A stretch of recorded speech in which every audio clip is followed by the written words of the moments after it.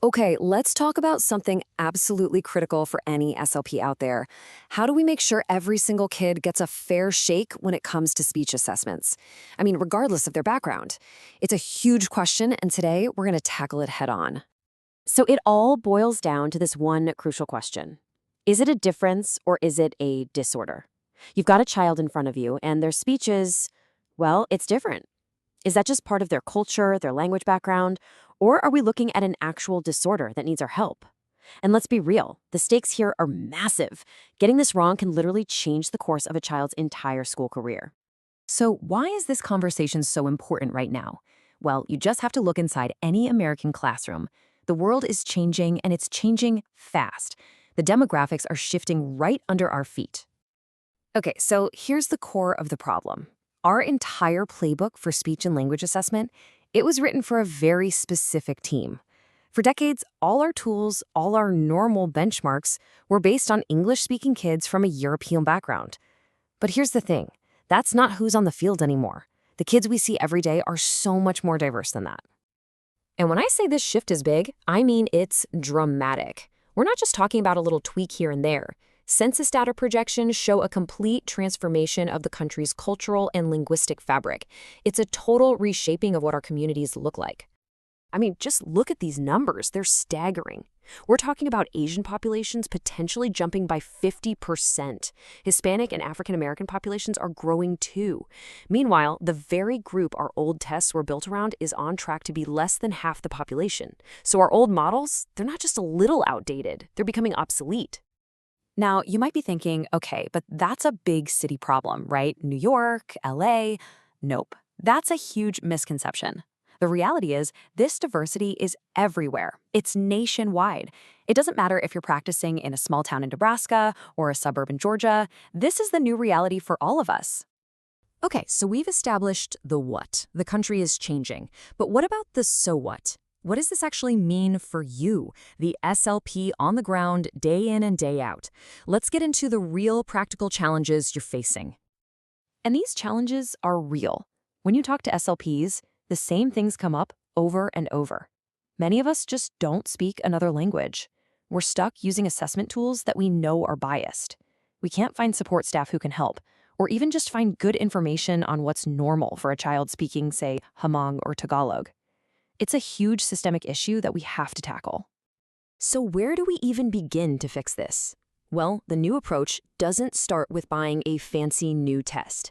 It actually starts with you. It starts with a little bit of self-reflection. Before you even walk into that room, you've got to ask yourself some pretty tough questions. First up, what's your own cultural linguistic competence? Like, really? What do you actually know about this child's culture and their language? And maybe even more important, what are you admitting you don't know? What are your blind spots here? Next, a real gut check. Are your attitudes positive towards this family's values and beliefs? Are you coming in with genuine respect? Because any bias, whether you're aware of it or not, can totally poison the well and undermine the whole assessment. And here's a huge clinical one. Do you know what a speech-language disorder actually looks like in the child's native language? Remember, for it to be a true disorder, it has to show up in their first language, not just in English. Can you tell the difference between a real issue and just the totally normal, sometimes messy process of learning a new language? And finally, let's talk brass tacks. Can you actually run this assessment, score it, and then explain the results in a way that the family gets it? A way that's competent and effective? Because at the end of the day, if they don't understand, the whole thing was for nothing. It all comes down to good, clear, sensitive communication. Okay, so once you've done that internal check-in, now we can start talking about building a better assessment. And the key is to see the whole child, right? Not just a number on a test form. A really powerful way to do that is with this 4-domain framework. Basically, this framework makes sure you're looking at every part of a child's life. We're talking about their actual functions and activities, their skills, how they participate in real life, how they do in specific contexts, like in the classroom, and yes, also how they do on those more abstract, decontextualized tests. So what does this look like in the real world? Well, for functions and activities, you're doing things like interviews and dynamic assessments. For participation, you're actually watching the kid at home or in the classroom, looking at their work. Contextual areas could be looking at curriculum measures.